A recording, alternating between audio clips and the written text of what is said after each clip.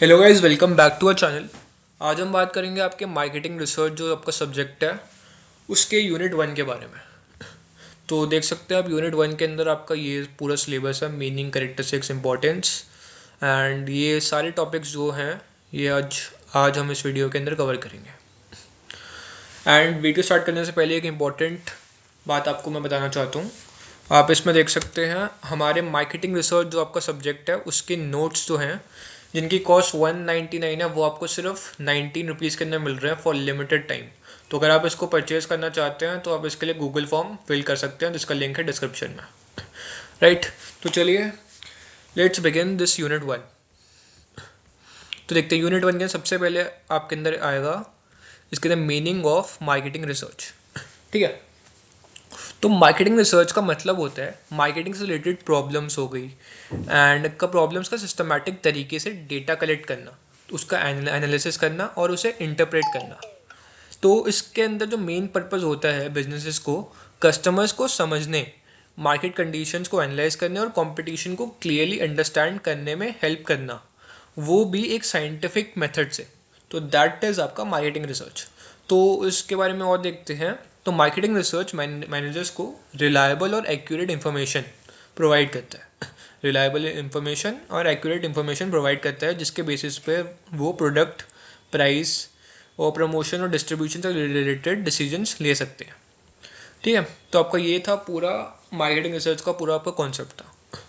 तो अब चलिए बात करते हैं इसके कैरेक्टरिस्टिक्स के बारे में। तो पहला पॉइंट इसके अंदर है सिस्टमैटिक एंड प्लान। तो मार्केटिंग रिसर्च एक प्लान और स्टेप बाय स्टेप प्रोसेस होता है। It is a plan step by step process. तो इसमें हर एक स्टेज जो है जैसे प्रॉब्लम आइडेंटिफिकेशन हो गया और डेटा कलेक्ट करना, एनालाइज करना, रिपोर्ट बनाना, तो सब कुछ पहले से प्रॉपरली प्लान किया जाता है। ठीक है, तो कुछ भी ऐसे इसमें ऐसा नहीं होता कुछ भी रैंडमली होता है, सब कुछ प्रॉपरली प्लान होता है। तो उसका पहला पॉइंट तो ये होगा सिस्टमैटिक एंड प्लान। नेक्स्ट हो गया ऑब्जेक्टिव इन नेचर। तो मार्केटिंग रिसर्च पर्सनल बायस से फ्री होता है। तो इसमें डिसीजंस और कंक्लूजन जो होते हैं फैक्ट हो गए, कोई फिगर हो गए, डेटा पर बेस्ड होते हैं। तो ऐसा नहीं होता कि हम अपना कोई ओपिनियन दे रहे हैं, ओपिनियन इसके अंदर होता है। इसके अंदर मोस्टली जो डेटा अवेलेबल है उसके बेसिस पे ही हमारा डिसीजन आता है। तो इसके अंदर हमारा जो है ओपिनियंस या एजम्पशंस पर बेस्ड नहीं होता हमारा। तो इससे रिजल्ट जो होते हैं ज़्यादा फेयर होते हैं और ज़्यादा ट्रस्टवर्दी हो जाते हैं। तो दैट इज़ आपका objectives in nature. Next point हो गया साइंटिफिक अप्रोच। तो मार्केटिंग रिसर्च साइंटिफिक मेथड्स और स्टैटिस्टिकल टूल्स का यूज़ करता है और डेटा कलेक्ट और एनालाइज करता है। ठीक है, तो इस वजह से रिसर्च का ज़्यादा एक्यूरेट, रिलायबल और वैलिड होते हैं। तो गेस वर्क की जगह यहाँ पे प्रॉपर लॉजिक और एनालिसिस होता है। तो दैट इज़ आपका साइंटिफिक अप्रोच। नेक्स्ट पॉइंट हो गया कॉन्टिन्यूस प्रोसेस। तो मार्केटिंग रिसर्च एक वन टाइम एक्टिविटी नहीं होती, क्योंकि कंज्यूमर प्रेफरेंस जो होता है, मार्केट कंडीशंस होते हैं और कंपटीशन टाइम के साथ चेंज होते रहते हैं। तो इसलिए रिसर्च को रेगुलर और कॉन्टिन्यूस बेसिस पर करना इट इज़ वेरी इंपॉर्टेंट। तो दैट इज़ आपका कॉन्टिन्यूसली चलती ही जाएगी। तो दैट इज़ आपका कॉन्टिन्यूस प्रोसेस। अब इसके नेक्स्ट पॉइंट देखते हैं, दैट इज़ डिसीजन ओरिएंटेड। तो मार्केटिंग रिसर्च का मेन पर्पज होता है मैनेजर्स को बेटर मार्केटिंग डिसीजंस लेने में हेल्प करना, assist managers in taking better marketing decisions. तो ये डिसीजन जो होते हैं वो स्ट्रेटजी हो गई और प्लानिंग से रिलेटेड होते हैं। जैसे कौन सा प्रोडक्ट हो गया वो लॉन्च करना है हमको, उसका क्या प्राइस रखना है, उसका प्रमोशन कैसे करना है। इसलिए मार्केटिंग रिसर्च को डिसीजन ओरिएंटेड एक्टिविटी कहा जाता है। तो दैट इज़ आपका डिसीजन ओरिएंटेड। अब हम बात करते हैं इसके नेक्स्ट जो इसके अंदर टॉपिक आएगा वो है इंपॉर्टेंस ऑफ मार्केटिंग रिसर्च। तो उसकी इंपॉर्टेंस देखते हैं क्या है। तो सबसे पहले है बेटर अंडरस्टैंडिंग ऑफ कंज्यूमर्स। तो मार्केटिंग रिसर्च जो होता है वो फर्म्स हो गए, बिजनेसेस हो गए, बिजनेस को कंज्यूमर नीड्स, प्रेफरेंस, एटीट्यूड और बाइंग बिहेवियर, तो ये सारे पॉइंट जो हैं उनको समझने में हेल्प करता है। तो इससे कंपनीज बेटर मार्केटिंग स्ट्रेटजीज बना सकती हैं जिससे कस्टमर्स के अकॉर्डिंग जो कि कस्टमर्स के अकॉर्डिंग होती है। ठीक है, तो ये था आपका better understanding of consumers. Next हो गया रिड्यूसेस रिस्क एंड अनसर्टेनिटी। तो एक्यूरेट और टाइमली इंफॉर्मेशन प्रोवाइड करके मार्केटिंग रिसर्च जो है वो बिजनेस रिस्क और अनसर्टेनिटी दोनों को ही कम करता है, business risk and uncertainty. And इससे डिसीजन जो होते हैं वो गेस पर नहीं होते बल्कि रियल डेटा पर बेस्ड होते हैं। तो दैट इज आपका reduces risk and uncertainty. Next हो गया हेल्प इन प्रोडक्ट डेवलपमेंट। तो मार्केटिंग रिसर्च जो होता है वो न्यू प्रोडक्ट्स डेवलप करने और एग्जिस्टिंग प्रोडक्ट्स को इम्प्रूव करने में काफ़ी ज़्यादा हेल्प करता है। ठीक है, तो ये इंश्योर करता है कि प्रोडक्ट कस्टमर नीड्स और मार्केट डिमांड के अकॉर्डिंग ही हो। दैट इज आपका helps in product development. Next point हो गया सपोर्ट्स मार्केटिंग प्लानिंग। तो marketing research pricing, promotion, distribution और सेल्स प्लानिंग, ठीक है, जो ये सब होते हैं इनके लिए एक स्ट्रॉन्ग सपोर्ट प्रोवाइड करता है। तो इसलिए ओवरऑल मार्केटिंग परफॉर्मेंस जो होता है वो काफ़ी ज़्यादा इफेक्टिव बन जाती है। Price, promotion, distribution and sales planning. Next point हो गया इम्प्रूव्स कॉम्पिटिटिव पोजीशन। तो कॉम्पिटिटर्स और मार्केट ट्रेंड्स का एनालिसिस करके फर्म्स जो होती हैं वो बेटर स्ट्रेटजीज फ्रेम कर सकती हैं। तो इससे कंपनीज को कॉम्पिटिटिव एडवांटेज मिलता है मार्केट के अंदर, तो इससे इम्प्रूव्स कॉम्पिटिटिव पोजीशन। तो आपका ये वाला पॉइंट था। अब हम बात करते हैं नेक्स्ट टॉपिक के बारे में, that is role of marketing research. तो इसका सबसे पहला पॉइंट है प्रॉब्लम आइडेंटिफिकेशन। तो मार्केटिंग रिसर्च जो होता है मार्केटिंग प्रॉब्लम्स आइडेंटिफाई करने में हेल्प करता है। तो जैसे सेल्स जो अगर मान लेते हैं, जैसे हमारी सेल्स ड्रॉप हो रही है, या फिर कोई चीज़ की डिमांड जो है वो वीक हो रही है, वीक डिमांड है उसकी, या फिर मार्केट शेयर का कम होना, तो बेसिकली ये सब प्रॉब्लम्स है। अब इनको आइडेंटिफाई करने के लिए हम क्या करते हैं, मार्केटिंग रिसर्च करते हैं। तो सबसे पहले मार्केटिंग रिसर्च का सबसे पहला रोल जो है वो है प्रॉब्लम आइडेंटिफिकेशन। अब नेक्स्ट रोल इसका है मार्केट अपॉर्चुनिटी एनालिसिस। तो ये जो है वो न्यू मार्केट अपॉर्चुनिटीज़, जो चेंजिंग ट्रेंड्स होते हैं या फिर कुछ अनटैप्ड कस्टमर नीड्स होती हैं, ठीक है, तो इससे फर्म्स को फ्यूचर ग्रोथ के चांसेस समझ पाते हैं। अब फर्म्स का जो फ्यूचर ग्रोथ है, अब वो उससे ये समझ सकते हैं, जैसे कोई नई अपॉर्चुनिटी आ गई या कुछ ट्रेंड बदल रहा है, फर्म को भी वही करना चाहिए जो हमारी कंपनी है। तो वो कैसे पता चलेगा, वो पता चलेगा मार्केटिंग रिसर्च से। तो उसका सेकेंड पॉइंट क्या होगा, मार्केट अपॉर्चुनिटी एनालिसिस। अब थर्ड पॉइंट देखते हैं, दैट इज डिसीजन सपोर्ट। तो मार्केटिंग रिसर्च मैनेजर्स को रेलेवेंट, एक्यूरेट और टाइमली इंफॉर्मेशन जो है वो प्रोवाइड करता है। तो ये इंफॉर्मेशन मैनेजरियल डिसीजन मेकिंग को काफ़ी ज़्यादा स्ट्रॉन्ग बनाती है। तो दैट इज आपका डिसीजन सपोर्ट। नेक्स्ट हो गया परफॉर्मेंस इवैल्यूएशन। तो मार्केटिंग रिसर्च से ये इवैल्यूएट किया जाता है कि मार्केटिंग स्ट्रैटेजीज जो है सक्सेसफुल रही भी हैं या नहीं रही। जो हमारे एडवर्टाइजमेंट, जो हमने campaign, marketing strategy, advertising campaigns हो गए, वो इफेक्टिव थे भी या फिर नहीं थे। तो जो सेल्स की परफॉर्मेंस थी वो कैसी रही, वो अच्छी रही या बुरी रही, तो पूरी उसकी इवैल्यूएशन होती है। तो it helps in evaluating the success और फेलियर ऑफ मार्केटिंग स्ट्रैटेजीज। अब इसका नेक्स्ट पॉइंट है कस्टमर सेटिस्फैक्शन। तो कस्टमर एक्सपेक्टेशंस और फीडबैक को स्टडी करके मार्केटिंग रिसर्च कस्टमर सेटिस्फैक्शन को इम्प्रूव करता है, ठीक है, इम्प्रूविंग कस्टमर सेटिस्फैक्शन। एंड इससे जो होता है लॉन्ग टर्म कस्टमर लॉयल्टी होती है वो भी काफ़ी ज़्यादा डेवलप हो जाती है। तो दैट इज आपका कस्टमर सेटिस्फैक्शन। तो यही थे आपके रोल ऑफ मार्केटिंग रिसर्च। अब हम बात करते हैं इसके नेक्स्ट टॉपिक के बारे में, that is marketing research problem. तो मार्केटिंग रिसर्च प्रॉब्लम का मतलब होता है कि वो स्पेसिफिक इशू जिसके लिए मार्केटिंग जो है इंफॉर्मेशन की ज़रूरत होती है। तो ये क्लियरली बताता है कि कौन सी इन्फॉर्मेशन चाहिए और किस पर्पस के लिए चाहिए। तो मार्केटिंग रिसर्च का सबसे क्रिटिकल स्टेप जो होता है प्रॉब्लम आइडेंटिफिकेशन होता है। तो क्योंकि आगे के सारे स्टेप्स इसी पर डिपेंड करते हैं, ठीक है, तो दैट इज आपका most critical step is problem identification. अब हम बात करते हैं इसके पॉइंटर्स के बारे में। तो सबसे पहले जो है इसका देखते हैं मीनिंग क्या होता है, मार्केटिंग रिसर्च प्रॉब्लम का मीनिंग एग्जैक्टली है क्या। तो मार्केटिंग रिसर्च प्रॉब्लम तब अराइज होता है जब करंट मार्केट सिचुएशन और डिजायर्ड मार्केट सिचुएशन का बीच का गैप होता है। तो जो मार्केटिंग सिचुएशन जो करंटली चल रहा है और जो हम चाहते हैं जैसा हो जाए, तो उसके बीच का अगर कुछ गैप चल रहा है तभी ये अराइज होती है इस चीज़ की प्रॉब्लम। तो ये एक बिजनेस प्रॉब्लम को रिसर्चेबल फॉर्म में कन्वर्ट करता है ताकि डेटा कलेक्ट और एनालाइज किया जा सकता है। दैट इज आपका meaning of marketing research problem. Next point हो गया मैनेजमेंट डिसीजन प्रॉब्लम। तो मैनेजमेंट डिसीजन प्रॉब्लम इस बात पर फोकस करता है कि मैनेजर को कौन सा एक्शन लेना चाहिए। तो ये प्रैक्टिकल और एक्शन ओरिएंटेड होता है। जैसे प्राइस रिड्यूस करनी चाहिए या नहीं करनी चाहिए, नया प्रोडक्ट लॉन्च करना चाहिए या फिर नहीं करना चाहिए, या फिर प्रमोशन का बजट बढ़ाना चाहिए या फिर कम करना चाहिए, या फिर जो भी करना चाहिए। तो मैनेजमेंट डिसीजन प्रॉब्लम इसका ये आता है। नेक्स्ट हो गया इसके अंदर मार्केटिंग रिसर्च प्रॉब्लम। तो मार्केटिंग रिसर्च प्रॉब्लम ये डिसाइड करता है कि कौन सी इंफॉर्मेशन चाहिए ताकि मैनेजमेंट डिसीजन प्रॉब्लम को, जो डिसीजन प्रॉब्लम है वो सॉल्व हो सके। तो ये एनालिटिकल और डेटा ओरिएंटेड होते हैं। तो जैसे कस्टमर प्रेफरेंस हो गई, प्राइस सेंसिटिविटी हो गई, ब्रांड परसेप्शन हो गया, तो ये सब जाते हैं मार्केटिंग रिसर्च प्रॉब्लम के अंदर। नेक्स्ट हो गया importance of proper problem identification. तो इसकी इंपॉर्टेंस अगर देखें तो इंपॉर्टेंस अगर इसकी होगी, अगर प्रॉब्लम क्लियरली डिफाइंड हो तो रिलेवेंट डेटा कलेक्ट होता है और अननेसेसरी जो रिसर्च होती है उसकी जो कॉस्ट होती है वो सेव हो जाती है। तो अगर प्रॉब्लम गलत डिफाइन हो तो अच्छी रिसर्च भी रॉन्ग या फिर यूजलेस रिजल्ट्स दे सकती है। तो दैट इज आपका प्रॉपर प्रॉब्लम आइडेंटिफिकेशन का ये इंपॉर्टेंस होती है। नेक्स्ट हो गया फैक्टर्स अफेक्टिंग प्रॉब्लम आइडेंटिफिकेशन। अब क्या क्या फैक्टर्स हैं जो इसको अफेक्ट करते हैं।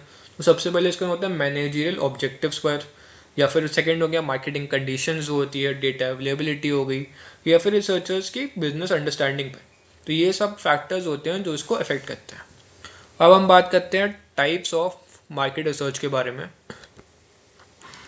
ठीक है, तो मार्केट रिसर्च को पर्पस और स्टडी के एरिया के बेसिस पर डिफरेंट टाइप्स में क्लासीफाई किया जा सकता है। अब क्या क्या टाइप्स हैं वो देखते हैं। सबसे पहला टाइप आता है इसके अंदर प्रोडक्ट रिसर्च। तो प्रोडक्ट रिसर्च प्रोडक्ट क्वालिटी हो गई, डिज़ाइन हो गई, फीचर्स हो गई, पैकेजिंग हो गई, ब्रांडिंग हो गई, तो ये सब प्रोडक्ट रिलेटेड जो चीज़ें होती है उन पे रिसर्च का ये हो गया प्रोडक्ट रिसर्च। तो ये फर्म्स को एग्जिस्टिंग प्रोडक्ट्स इंप्रूव करने में और न्यू प्रोडक्ट्स डेवलप करने में काफ़ी ज़्यादा हेल्प करता है, तो जिससे कस्टमर नीड्स वो होती हैं वो मैच हो जाए। तो दैट इज़ आपका प्रोडक्ट रिसर्च। अब सेकेंड पॉइंट हो गया कंज्यूमर रिसर्च। तो कंज्यूमर रिसर्च जो होता है कंज्यूमर का बिहेवियर हो गया, प्रेफरेंस हो गई, एटीट्यूड हो गया, मोटिवेशन जो कस्टमर की है, या फिर उसके बाइंग हैबिट को हो गए, उसको स्टडी करते हैं। तो इसमें फर्म्स को ये समझने में हेल्प मिलती है कि कंज्यूमर्स क्या, क्यों और कैसे बाय कर सकता है। तो दैट इज आपका कंज्यूमर रिसर्च। नेक्स्ट हो गया प्राइसिंग रिसर्च। तो pricing research optimal price levels जैसे प्राइस सेंसिटिविटी और प्राइस चेंज पर कस्टमर रिएक्शन को एनालाइज करता है। तो इसका एम यही होता है कि प्राइसेस को कॉम्पिटिटिव भी रखना और साथ में प्रॉफिटेबल भी रखना। तो ऑप्टिमल प्राइस लेवल्स को डिटरमाइन करना, that is pricing research. Next हो गया एडवर्टाइजिंग एंड प्रमोशन रिसर्च। तो इस टाइप का रिसर्च एडवर्टाइजिंग कैंपेन्स की इफेक्टिवनेस, मीडिया सिलेक्शन और प्रमोशनल टूल्स को इवेल्युएट करता है। तो ये फर्म्स को कस्टमर्स के साथ बेटर कम्युनिकेशन डेवलप करने में हेल्प करता है, दैट इज आपका advertising and promotional research. Next हो गया सेल्स एंड डिस्ट्रीब्यूशन रिसर्च। तो सेल्स एंड डिस्ट्रीब्यूशन रिसर्च जो होता है सेल्स परफॉर्मेंस हो गई, डिस्ट्रीब्यूशन चैनल हो गए, डीलर एफिशिएंसी हो गई एंड लॉजिस्टिक सिस्टम हो गए, तो इनको स्टडी करता है। इससे इंश्योर होता है कि प्रोडक्ट कस्टमर्स तक एफिशिएंटली पहुंच रहा है। दैट इज आपका सेल्स एंड डिस्ट्रीब्यूशन रिसर्च। अब नेक्स्ट और लास्ट पॉइंट हो गया market potential and demand research. तो ये रिसर्च मार्केट को जो साइज होता है, ग्रोथ अपॉर्चुनिटी हो गई, डिमांड पैटर्न हो गए, और ये फ्यूचर सेल्स का जो पोटेंशियल है तो उसका एस्टिमेट करता है कि कितना एस्टिमेट हुआ, कितनी फ्यूचर सेल्स का पोटेंशियल कितना बैठ सकता है। तो इससे फर्म्स को एक्सपेंशन, जो फर्म्स को एक्सपैंड करने और इन्वेस्टमेंट डिसीजन लेने हैं तो उसमें काफ़ी ज़्यादा हेल्प कर सकता है ये। तो दैट इज आपका market potential and demand research. अब जो मार्केट रिसर्च है उसका प्रोसेस देखते हैं, प्रोसेस एग्जैक्टली में है क्या। तो मार्केट रिसर्च प्रोसेस एक सिस्टमैटिक और स्टेप बाय स्टेप प्रोसीजर होता है जिसमें मार्केटिंग रिसर्च इफेक्टिवली कंडक्ट की जाती है। तो अब इसके देखते हैं सबसे पहला स्टेप इसके अंदर ये होगा, प्रॉब्लम आइडेंटिफिकेशन का पहला स्टेप ये है। तो ये फर्स्ट और मोस्ट इंपॉर्टेंट स्टेप होता है जिसमें मार्केटिंग प्रॉब्लम को क्लियरली आइडेंटिफाई और डिफाइन किया जाता है। ठीक है, तो सबसे पहले आइडेंटिफाई करना और डिफाइन करना, that is the most important part. Next हो गया डेवलपमेंट ऑफ रिसर्च डिज़ाइन। तो इस स्टेप में रिसर्चर डिसाइड करता है कि स्टडी कैसे कंडक्ट होगी। तो जैसे रिसर्च का क्या क्या क्या टाइप होगा, या फिर डेटा जो है डेटा कहाँ से उसको उठाना है, कौन से मेथड यूज़ करने हैं सैम्पलिंग के, और कौन से रिसर्च टूल्स यूज़ करने हैं। तो ये सब डिसाइड होता है डेवलपमेंट ऑफ रिसर्च डिज़ाइन के अंदर। अब थर्ड पॉइंट है इसके अंदर डेटा कलेक्शन का। तो इस स्टेप में डेटा कलेक्ट किया जाता है, जैसे प्राइमरी सोर्सेज हो गए, प्राइमरी सोर्सेज के अंदर आता है सर्वेज, इंटरव्यू, ऑब्जर्वेशन हो गया, या फिर सेकेंडरी सोर्सेज हो गए जो कि ऑलरेडी पब्लिश होता है, जैसे रिपोर्ट्स हो गई, जर्नल्स हो गई, वेबसाइट्स हो गई, पब्लिकेशंस हो गई। तो ये सब डेटा इसके अंदर आता है। तो ये आपका थर्ड स्टेप होता है data collection. Then the fourth step is data analysis. तो कलेक्टेड डेटा को एडिट करना, उसको कोड करना, क्लासीफाई करना, एनालाइज करना, तो ये सब इसके अंदर किया जाता है। तो स्टैटिस्टिकल और एनालिटिकल टेक्निक्स का यूज होता है जिससे रॉ मटेरियल को यूजफुल इंफॉर्मेशन में कन्वर्ट किया जाता है, तो दैट इज आपका डेटा एनालिसिस। नेक्स्ट पॉइंट हो गया इंटरप्रिटेशन ऑफ रिजल्ट्स। तो इस स्टेप में फाइंडिंग्स को इंटरप्रेट किया जाता है ताकि कंक्लूजन्स निकाले जा सके, पैटर्न्स को जो आइडेंटिफाई हो और रिलेशनशिप एक्सप्लेन हो जो रिसर्च प्रॉब्लम से रिलेटेड हो, दैट इज आपका interpretation of results. Next is आपका report preparation and decision making. तो एक डिटेल्ड रिसर्च रिपोर्ट प्रिपेयर की जाती है जिसमें फाइंडिंग्स हो गई, कंक्लूजन्स हो गई और रिकमेंडेशंस हो गई, ये सब इसके अंदर इंक्लूडेड होता है, फाइंडिंग्स, कंक्लूजन एंड रिकमेंडेशन। तो मैनेजमेंट इसी रिपोर्ट के बेसिस पर डिसीजन मेकिंग और स्ट्रेटेजी फॉर्मुलेशन करती है। दैट इज आपका ये पूरा था मार्केट रिसर्च प्रोसेस। अब बात करते हैं मार्केट रिसर्च अप्रोचेस के बारे में। तो उसके अंदर अप्रोचेस के अंदर 3 अप्रोच हैं। तो सबसे पहले हम स्टार्ट करते हैं क्वालिटेटिव रिसर्च अप्रोच से। तो क्वालिटेटिव अप्रोच ओपिनियंस हो गई, एटीट्यूड, फीलिंग्स और मोटिवेशन को समझने पर फोकस करता है। तो इसमें ऐसे कोई न्यूमेरिकल फॉर्म को के अलावा जो बाकी सारी चीज़ें होती हैं उन पे यूज हाँ वही है, basically non numerical data use होता है और ये डीप इंसाइट्स जो है वो प्रोवाइड करता है। अब जैसे इसको कंडक्ट करने के काफ़ी सारे कॉमन मेथड्स हैं।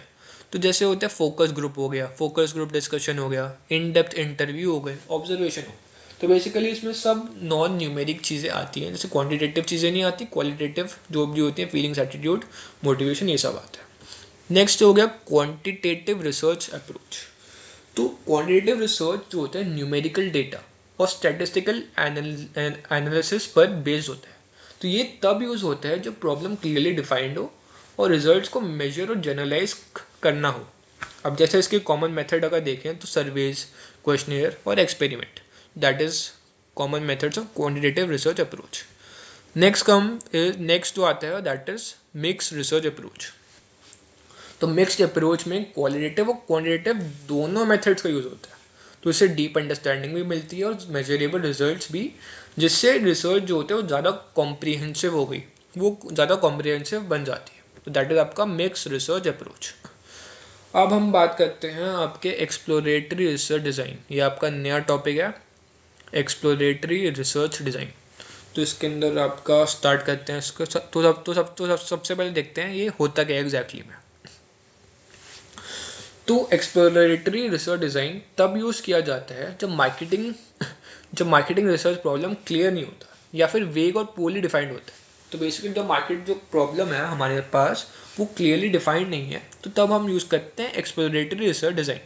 तो इस रिसर्च का मेन एम होता है प्रॉब्लम एरिया को एक्सप्लोर करना, जो हमारा प्रॉब्लम का एरिया है उसको एक्सप्लोर करना, एंड उसके बाद जब हम उसको एक्सप्लोर कर लें तो उसके बाद इनिशियल अंडरस्टैंडिंग गेन करना और आइडियाज़ जनरेट करना, and generate ideas rather than arrival at final conclusion. तो बेसिकली हमें आइडियाज़ जनरेट करने हैं, ना कि फाइनल कंक्लूजन पर पहुंचना है। तो ये रिसर्चर्स और मैनेजर्स को प्रॉब्लम का बैकग्राउंड समझने, पॉसिबल कॉजेस आइडेंटिफाई करने और आगे डिटेल्ड रिसर्च की डायरेक्शन डिसाइड करने में काफ़ी ज़्यादा हेल्प करता है। दैट इज आपका एक्सप्लोरेटरी रिसर्च डिज़ाइन। अब देखते हैं इसके क्या क्या ऑब्जेक्टिव्स हो गए एक्सप्लोरेटरी रिसर्च डिज़ाइन के। तो सबसे पहले ऑब्जेक्टिव होगा clarification of the research problem. तो एक्सप्लोरेटरी रिसर्च का प्राइमरी ऑब्जेक्टिव होता है रिसर्च प्रॉब्लम को क्लियरली अंडरस्टैंड और डिफाइन करना। तो जब मैनेजमेंट को रियल इशू का क्लियर आइडिया नहीं होता तब एक्सप्लोरेटरी रिसर्च कंफ्यूजन रिमूव करके क्लैरिटी प्रोवाइड कर देता है। तो दैट इज आपका clarification of the research problem. Next point is identification of important variables. Exploratory research की वेरिएबल्स और फैक्टर्स आइडेंटिफाई करने में हेल्प करता है जो प्रॉब्लम को इन्फ्लुएंस करते हैं, जैसे कंज्यूमर एटीट्यूड हो गई, प्रेफरेंस हो गई, मोटिवेशन हो गई और मार्केट कंडीशंस हो गई। ठीक है, तो दैट इज आपका आइडेंटिफिकेशन ऑफ इंपॉर्टेंट वेरिएबल्स। अब नेक्स्ट पॉइंट हो गया डेवलपमेंट ऑफ हाइपोथेसिस। तो एक्सप्लोरेटरी रिसर्च से मिलने वाले इंसाइट्स के बेसिस पर हाइपोथेसिस या फिर जो एजम्पशंस होती हैं तो वो डेवलप किए जाते हैं। तो इन हाइपोथेसिस को बाद में डिस्क्रिप्टिव एक्सपेरिमेंटल रिसर्च डिज़ाइन के थ्रू टेस्ट किया जाता है। तो इनिशियली जो होता है सबसे पहले ऑब्जेक्टिव इसके अंदर ये होता है कि इसको मिलने वाले इंसाइट्स को हाइपोथेसिस एजम्पशन डेवलप करना। तो हाइपोथेसिस डेवलप करना is part of development, is part of this. Next हो गया इसके अंदर देखते हैं, नेक्स्ट हो गया इसके मेथड्स क्या होते हैं एक्सप्लोरेटरी रिसर्च के। तो सबसे पहले आता है इसके अंदर लिटरेचर रिव्यू।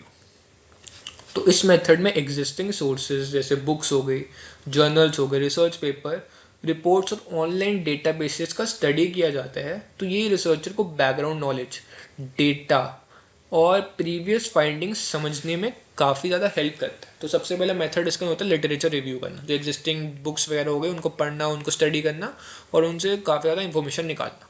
नेक्स्ट हो गया एक्सपर्ट इंटरव्यूज़। तो एक्सपर्ट इंटरव्यूज़ में इंडस्ट्री एक्सपर्ट्स, मैनेजर्स और प्रोफेशनल के साथ डिस्कशन होती है जिनको प्रॉब्लम एरिया का एक्सपीरियंस होता है। तो ये इंटरव्यूज़ प्रैक्टिकल इंसाइट्स प्रोवाइड करते हैं और रियल मार्केट सिचुएशन को समझने में काफ़ी ज़्यादा हेल्प करते हैं। दैट इज आपका expert interviews. Next point is focus group discussion और केस स्टडीज। तो फोकस ग्रुप डिस्कशंस में स्मॉल ग्रुप ऑफ रिस्पोंडेंट्स जो होते हैं वो अपने ओपिनियंस जो होते हैं वो फ्रीली शेयर कर देते हैं। तो केस स्टडी में रियल लाइफ बिजनेस सिचुएशंस का डिटेल एनालिसिस किया जाता है। तो दोनों मेथड से डीप और डिटेल इंसाइट्स मिलती हैं। दोनों मेथड मतलब focus group discussions and case studies. अब देखते हैं यूजेस क्या होते हैं एक्सप्लोरेटरी रिसर्च के। तो सबसे पहले यूज होता है used at the initial stage of research. तो जो ये होता है वो रिसर्च के स्टार्टिंग स्टेज में यूज़ होता है जब प्रॉब्लम के बारे में बहुत कम इन्फॉर्मेशन हमें होती है। तो पहला पॉइंट तो यही हो गया। सेकेंड पॉइंट हो गया हेल्प्स इन आइडिया जनरेशन। तो ये research product services marketing strategies और कस्टमर नीड्स से रिलेटेड न्यू आइडियाज़ जनरेट करने में हेल्प करता है। इन आइडियाज़ को बाद में डिटेल्ड रिसर्च के थ्रू रिफाइन किया जाता है। तो इनिशियली तो आइडिया जनरेट करना हो गया, तो ये पॉइंट इसके अंदर आ गया। Next is provide direction for future research.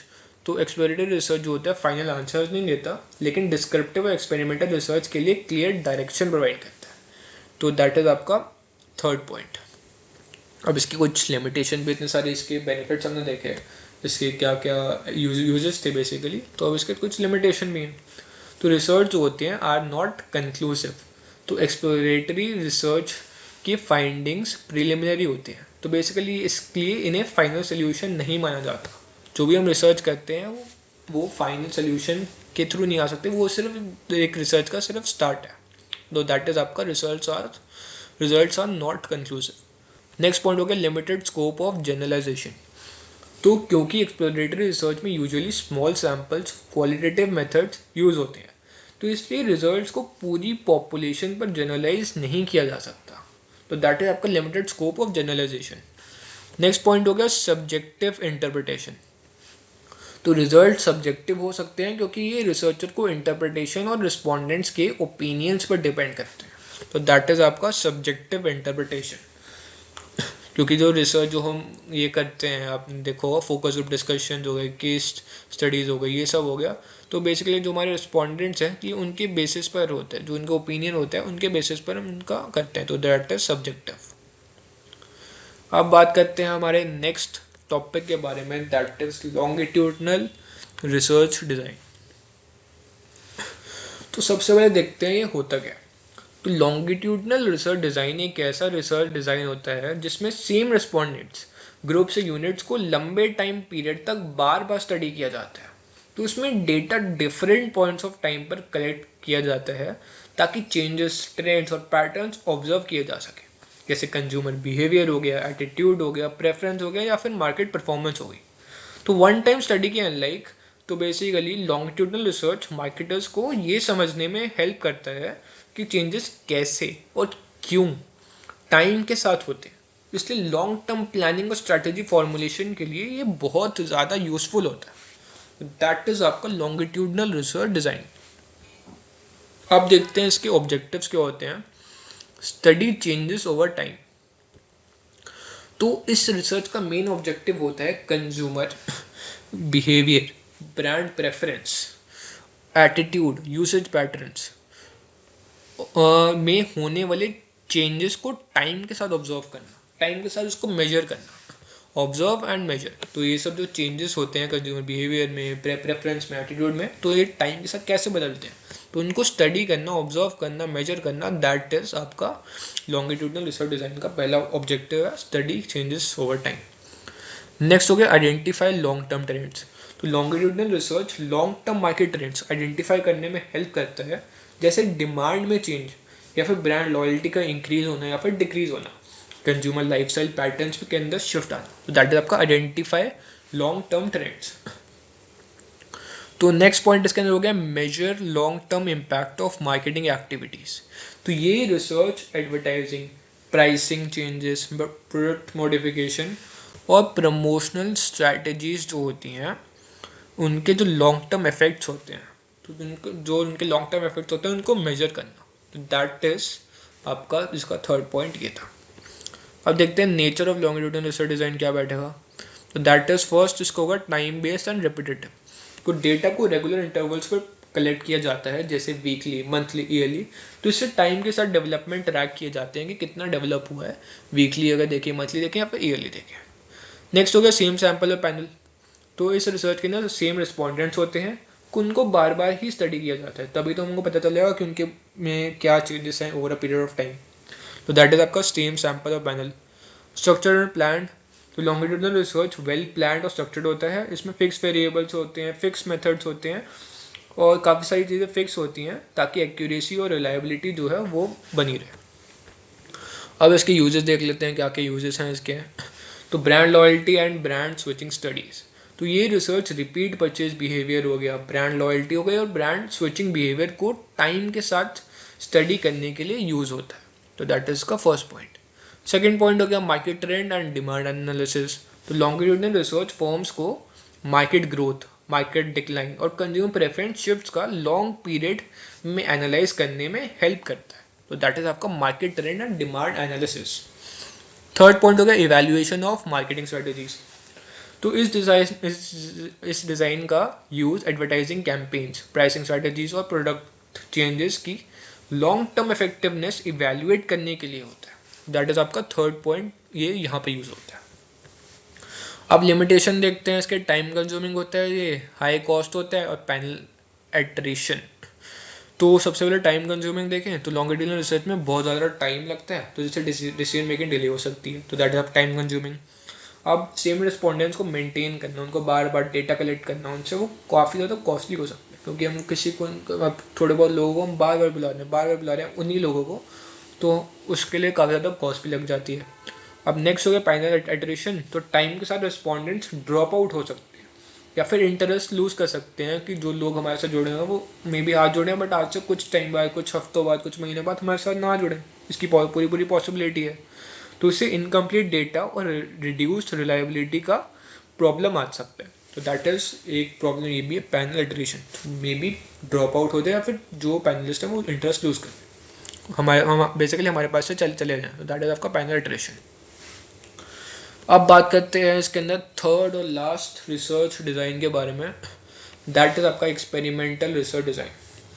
तो एक्सपेरिमेंटल रिसर्च डिज़ाइन एक ऐसा रिसर्च डिज़ाइन होता है जिसका use cause and effect relationships, जो establish a cause and effect relationships between variables.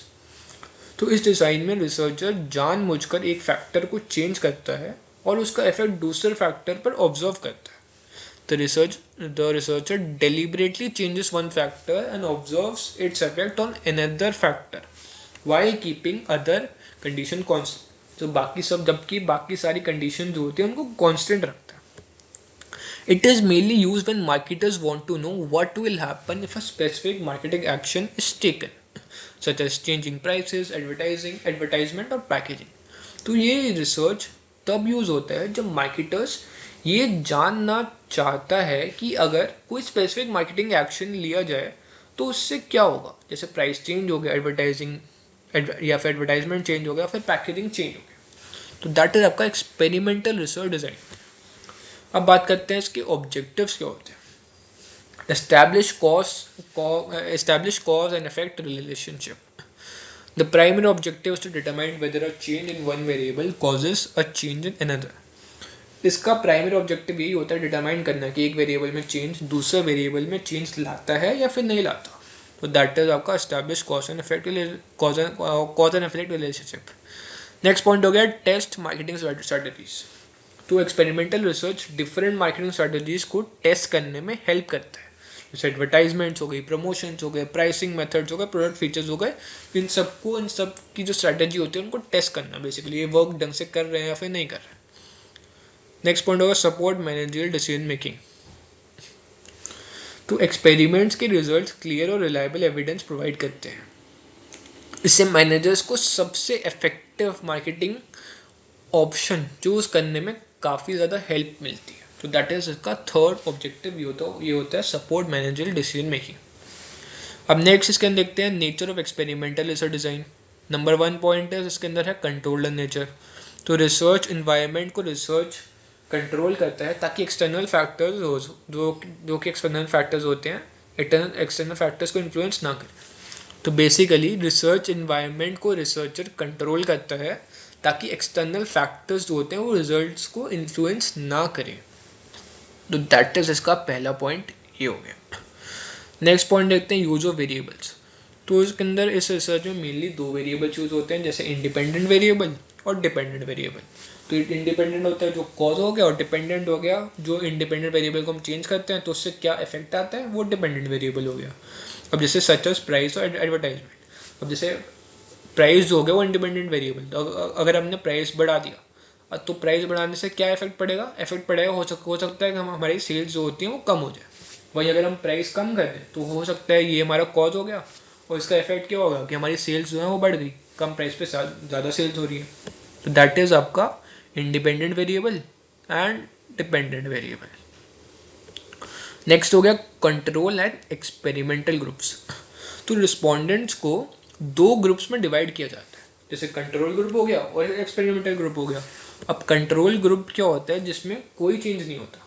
अब एक्सपेरिमेंटल ग्रुप होते हैं जिसमें चेंजेस जो होते हैं, काफ़ी सारे चेंजेस होते हैं, उनको अप्लाई किया जाता है। तो दैट इज आपका 2 ग्रुप्स ही होते हैं। नेक्स्ट देखते हैं इसके uses of experimental research design के, इसके क्या क्या यूजेस होते हैं। तो सबसे पहले होता है प्राइसिंग डिसीजंस। प्राइस चेंजेस का सेल्स डिमांड और कस्टमर रिस्पॉन्स पर क्या इफेक्ट पड़ता है, ये टेस्ट करने के लिए यूज होते हैं प्राइसिंग डिसीजंस। हो गया उसका पहला पॉइंट। सेकेंड पॉइंट हो गया advertising effectiveness.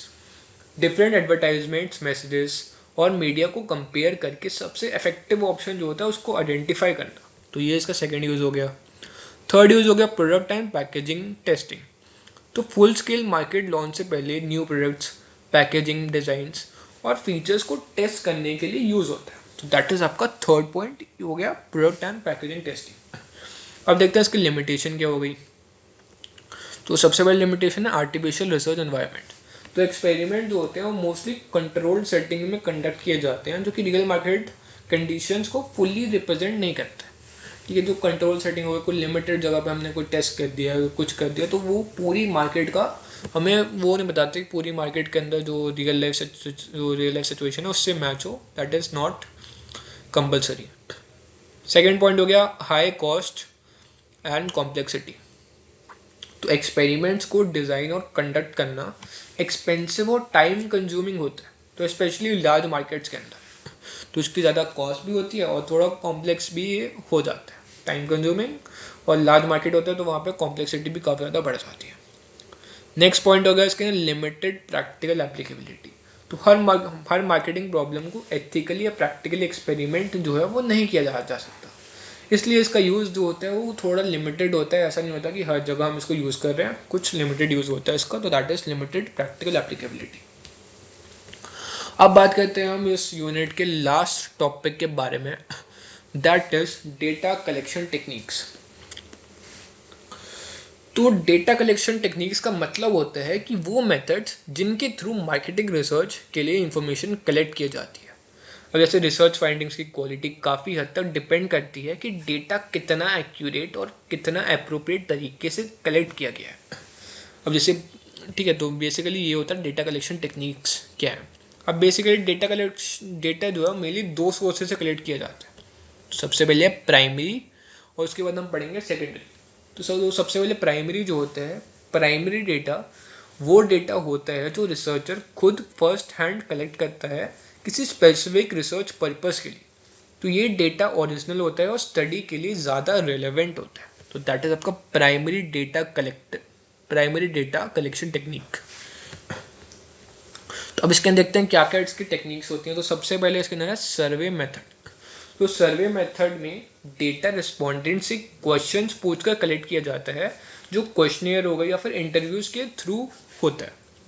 Service can conducted online होते हैं, जो सर्विस होते हैं वो ऑनलाइन भी हो सकते हैं, फेस टू फेस भी हो सकते हैं, टेलीफोनिक भी हो सकते हैं, या फिर मेल के थ्रू भी हो सकते हैं. तो these are the way surveys are conducted. अब नेक्स्ट इसके अंदर है ये method large number of respondent से डेटा कलेक्ट करने के लिए यूजफुल होता है. अब जब हमने लार्ज नंबर रिस्पॉन्डेंट से डेटा कलेक्ट करना है तो सर्वेज जो होता है वो काफ़ी ज़्यादा यूजफुल होता है. इससे कंज्यूमर प्रेफरेंस, ओपिनियन, सेटिस्फैक्शन और बाइंग बिहेवियर जो होता है वो ये सब स्टडी किया जा सकता है. अब इसके अंदर एक लिमिटेशन भी है. सर्वे जो होता है वो काफ़ी टाइम कंज्यूमिंग होता है, क्योंकि आप इंडिविजुअली सबको कॉल कर रहे हो, सबसे बात कर रहे हो, तो उसमें ऑब्वियसली बारी टाइम जाएगा. तो कभी कभी रिस्पॉन्डेंट्स होते हैं और इसके अंदर रिस्पॉन्डेंट्स होते हैं कभी कभार बायस्ड होते हैं या फिर इनकम्प्लीट इन्फॉर्मेशन भी प्रोवाइड करते हैं. तो हमने उनको मेल भेजा तो मेल से हमने एक्सपेक्ट करेंगे हमें प्रॉपर जवाब दें, बट ये भी हो सकता है कि हमको कुछ चीज़ें, वो काफ़ी सारी चीज़ें मिस कर दें या फिर हमें पूरी इन्फॉर्मेशन ना मिले. दैट इज आपका सर्वे मेथड. नेक्स्ट हो गया इंटरव्यू मेथड. तो इंटरव्यू मेथड में रिसर्चर और रिस्पॉन्डेंट्स के बीच डायरेक्ट इंटरेक्शन होता है. तो इंटरव्यू स्ट्रक्चर्ड, सेमी स्ट्रक्चर्ड और अनस्ट्रक्चर्ड होते हैं, उसके काफ़ी सारे टाइप्स होते हैं. तो ये एटीट्यूड, मोटिवेशन और ओपिनियंस को डीपली समझने में हेल्प करता है. तो इसके अंदर क्या होता है, जब डिटेल्ड और पर्सनल इन्फॉर्मेशन चाहिए होती है तब ये मेथड काफ़ी ज़्यादा यूजफुल होता है. पर्सनल इन्फॉर्मेशन चाहिए होता है तो उसके लिए बेस्ट है इंटरव्यू मेथड. तो लिमिटेशन होता है, interviews are costly, time consuming and may suffer from interviewer bias. तो ये भी होता है. पहली बात तो इसके अंदर काफ़ी ज़्यादा कॉस्टली होते हैं, क्योंकि आप पर्सनल इंटरेक्शन कर रहे हैं सबसे, वो भी कोई इंटरव्यूअर कर रहे हैं, तो इंटरव्यू की कॉस्ट भी बियर करनी है. अब इंटरव्यू सबका इंटरव्यू लेगा, उसमें काफ़ी ज़्यादा टाइम भी लगेगा, और ये भी हो सकता है कि इंटरव्यूअर जो होता है वो थोड़ा बायस हो, वो अपना कोई पॉइंट रखना चाहता हो, सामने वाले से एक्सपेक्ट करे कि वो भी वही बोले, तो वो कुछ क्वेश्चन जो होता है वो उस हिसाब से फ्रेम करे, तो दैट इज उसका बायस भी दिख सकता है. नेक्स्ट हो गया ऑब्जर्वेशन मेथड. तो ऑब्जर्वेशन मेथड में डेटा कंज्यूमर बिहेवियर को ऑब्जर्व करके और रिकॉर्ड करके कलेक्ट किया जाता है. तो ये एक्चुअल बिहेवियर समझने में हेल्प करता है, ना कि सिर्फ रिपोर्टेड बिहेवियर. तो रिटेल शोज हो गए, जैसे काफ़ी ज़्यादा रिटेल शोज जो हो गए, वहाँ पे शॉपिंग पैटर्न्स को आइडेंटिफाई करने के लिए यूज़ होता है. ऑब्जर्वेशन जो होता है पार्टिसिपेंट या नॉन पार्टिसिपेंट हो सकता है. तो ये need not to be participant होना, नॉन पार्टिसिपेंट होकर भी ऑब्जर्वेशन हो सकती है. अब ये क्या होता है, ये मेथड ये एक्सप्लेन नहीं करता कि कंज्यूमर ऐसा बिहेवियर क्यों करता है. ठीक है, तो it does not answer the question why consumer behave in a certain way. बस ये क्या करता है, ये अंडरस्टैंड करने में हेल्प करता है कि कंज्यूमर का जो बिहेवियर है, ठीक है, एक्चुअल बिहेवियर समझने में हेल्प करता है, ना कि सिर्फ रिपोर्टेड बिहेवियर. दैट इज आपका ऑब्जर्वेशन मेथड, कि ऑब्जर्व करना, watching and recording consumer behaviours without asking questions, में क्वेश्चंस नहीं पूछने होते. नेक्स्ट इसके अंदर हो गया एक्सपेरिमेंटल मेथड. तो एक्सपेरिमेंटल मेथड में डेटा कंट्रोल एक्सपेरिमेंट्स कंडक्ट करके कलेक्ट किया जाता है. तो एक वेरिएबल चेंज किया जाता है और उसका इफेक्ट दूसरे वेरिएबल पर ऑब्जर्व किया जाता है. अब जैसे हमने पहले पढ़ा था एक्सपेरिमेंटल रिसर्च था, उसी टाइप का ये भी एक्सपेरिमेंटल मेथड भी है. तो उसके अंदर क्या होता है, प्राइसिंग, एडवर्टाइजिंग और प्रोडक्ट टेस्टिंग में कॉमनली यूज होता है. तो कॉज एंड इफेक्ट रिलेशनशिप होता है, उसको एस्टैब्लिश करने में ये हेल्प करता है. तो दैट इज आपका एक्सपेरिमेंटल मेथड. अब हमने ये सब जो हमने पढ़े थे ये थे प्राइमरी डेटा कलेक्शन टेक्निक्स. अब नेक्स्ट आएंगे इसके सेकेंडरी डेटा कलेक्शन टेक्निक्स.